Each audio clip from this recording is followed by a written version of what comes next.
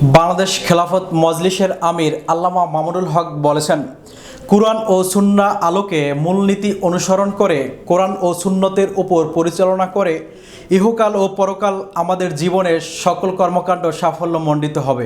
তিনি আজ মাদারীপুরের শিবচরে কাঁঠালবাড়ি জামিয়া দারুল উলুম হক্কানিয়া মাদ্রাসায় পবিত্র কোরআন শরীফ ও খতমে বুখারী উপলক্ষে প্রধান অতিথি হিসেবে বুখারী শরীফের আখিরি দরস প্রদানকালে তিনি এসব কথা বলেন। তিনি আরও বলেন, এভাবে বাংলার তরুণ জনতা, বাংলার ছাত্র জনতা, স্কুল কলেজ ভার্সিটি মাদ্রাসার সকল ছাত্র জনতা, আগামী প্রজন্মের মুসলমানদের সন্তানেরা আল্লাহর জমিনে মানব রচিত আইন দেখতে চায় না।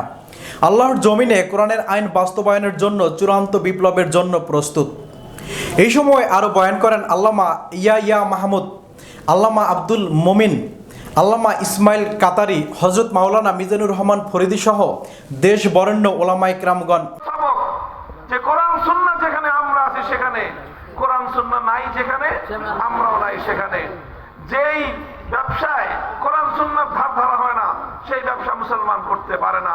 যেই লেনদেনে কোরআন সুন্নাহ ধার ধরে না সেই লেনদেন মুসলমান করতে পারে না। যেই আচরণে কোরআন সুন্নাহর অনুমোদন নাই মুমিন সেই আচরণ করতে পারে না। যেই কথায় কোরআন সুন্নাহর অনুমোদন নাই মুমিন সেই কথা বলতে পারে না। যেই রাজনীতিতে কোরআন সুন্নাহর অনুমোদন নাই কোন মুসলমান সেই রাজনীতিও করতে পারে না।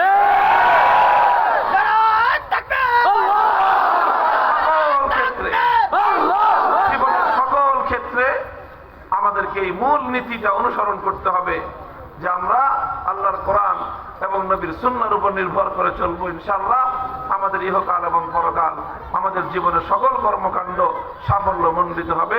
আল্লাহ পাক রব্বুল আলামিন আমাদের সকলকে তৌফিক দান করেন। সুবহানাল্লাহি ওয়া বিহামদিহি সুবহানাল্লাহিল আযীম সুবহানাল্লাহি ওয়া বিহামদিহি সুবহানাল্লাহিল আযীম সুবহানাল্লাহি ওয়া বিহামদিহি সুবহান